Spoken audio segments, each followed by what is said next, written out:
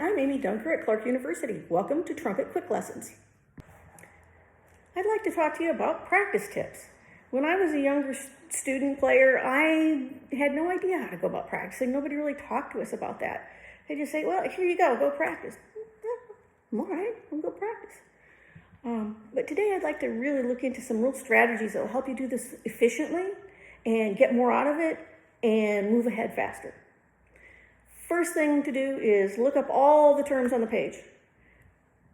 Fast, slow, whatever those terms are, and also look up a little bit about the composer. When were they born? What kinds of music did they write? What else did they write? What other types of music were written around that same time? You might even want to go on YouTube and just listen to random pieces by that composer. The next thing to really think about is, what do you want to say stylistically and musically? What's the style? What's the dynamics? How do you get to and from the climactic points? Plan them into your practice. They're not afterthoughts. A lot of people wait to the end. They practice all the notes and all the rhythms and what, and then, oh yeah, I gotta put those crescendos and decrescendos and dynamics in. Practice them from the beginning. Put all that thought and all that into your practice from day one. One of the things you also want to be aware of is that musicality should determine the technique, not the technique determining your musicality. So if you have a musical idea, something you want to express and you can't quite get there, bring your technique up to that rather than saying, I can't play that way, so I'm not going to do it. Bring your technique up to your musical idea. Don't let your cell phone distract you or other devices. It's way too easy to just, okay, beep, I'm going to glance at my phone. Ooh, I'm going to glance at my phone. You'd be surprised how much time gets wasted that way. I'm not even of the cell phone generation, really, and I'm surprised how much time I waste on those kind of things. Practice slowly. Speed up in small increments. And you want to practice slowly and to a point where you can play absolutely everything through at the same tempo perfectly. So consistently at the perfect tempo, then you move it up one little notch, use a metronome, one little notch each time. You'll be surprised at how fast it goes because you're practicing for perfection, and each little notch will go a lot faster than just jumping in. Practice similar sections together. So if it's the same musical idea at the beginning and the same musical idea at the end, practice the beginning and say what you want to say. Then go to the end and practice that. Look for the little differences, the little things that are going on, but practice those similar passages the same. Break down problematic passages into small chunks. So often I see people that just read through it and then they just read through the phrase, read through the phrase, read through the phrase, read through the phrase, and this wastes enormous amounts of time. For instance, if you have a passage that goes like this,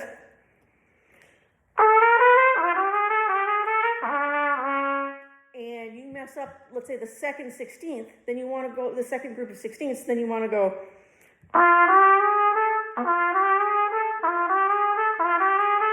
so you want to work them out cleanly, and then put them back into the passage.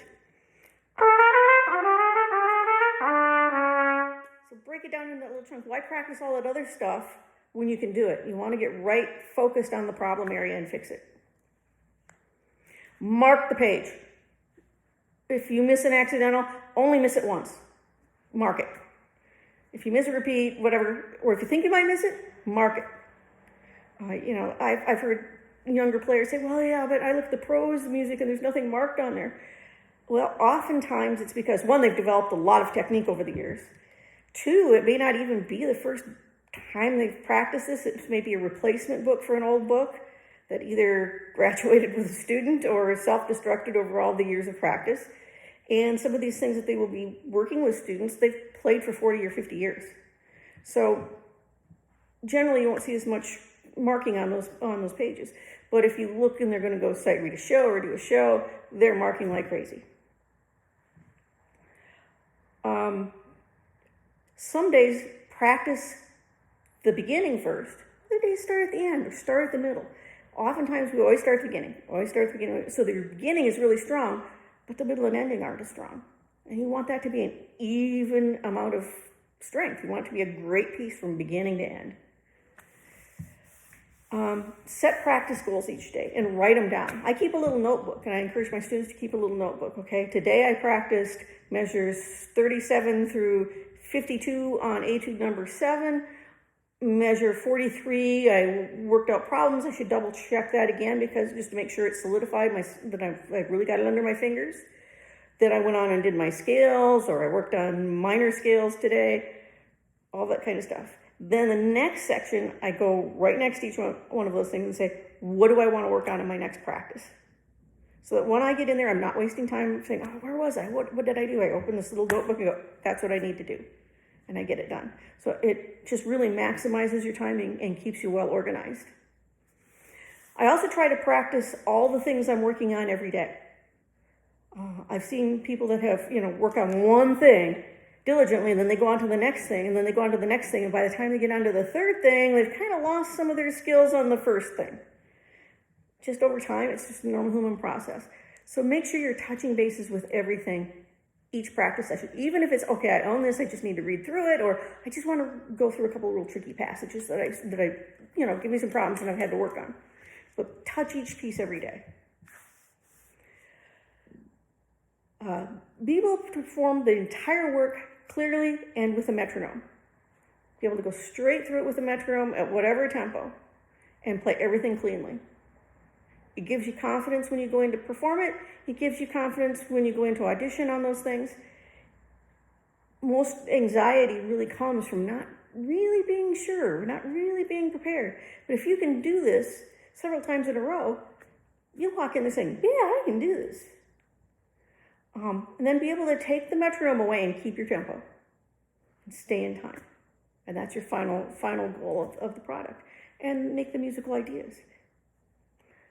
I can't overstate the need for a metronome. It's one of those instruments that, we all fight, the metronome. And when I was a student, I was like, I hate playing with the metronome. It's so hard. It's so difficult. It's so difficult because I'm starting with the metronome on passages that I'm learning now that are difficult for me anyhow. Step back the first few times you work with the metronome. Just play quarter notes with the metronome. Da, da, da, da. And then play a scale. Do, re, mi. With the metronome. Then play eighth notes. Until you're really comfortable with it, and then go back to your music. Because if you start out where you're having difficulties, it's going to be twice as hard to get used to the metronome. So go back and just, spend a week getting used to playing with a metronome. Making more difficult things each day as you go, so that you've built up to using the metronome on the passages that you want. And it'll help you to keep from being so discouraged about dealing with the metronome. At a certain point, it'll be comforting to have the metronome because you know where you're at and you're practicing efficiently and successfully. One technique I learned from a professor of mine, Dr. Robert Spring, who used to teach at Arizona State University, a fabulous clarinetist, was the 7 pennies. He put 7 pennies on his stand. And each time he played it right, he moved pennies from the right-hand stack to the left-hand stack. If he could play it 7 times in a row and all 7 pennies got to the left, great, he could move on. But let's say he got 3 pennies the 4th time he messed it up, all the pennies go back. He had to start all over with the 7 pennies. But what that does is ensure that you've practiced it correctly more times than you've practiced it incorrectly. Oftentimes I've seen people that will, play the passage, make a mistake, play the passage, make a mistake, fix it, and then move on. Well, they've practiced it wrong more times than they've practiced it right. So the 7 pennies is a way to get you to make sure that you're practicing it more times correctly than incorrectly. I hope all these ideas helped. Happy trumpet playing.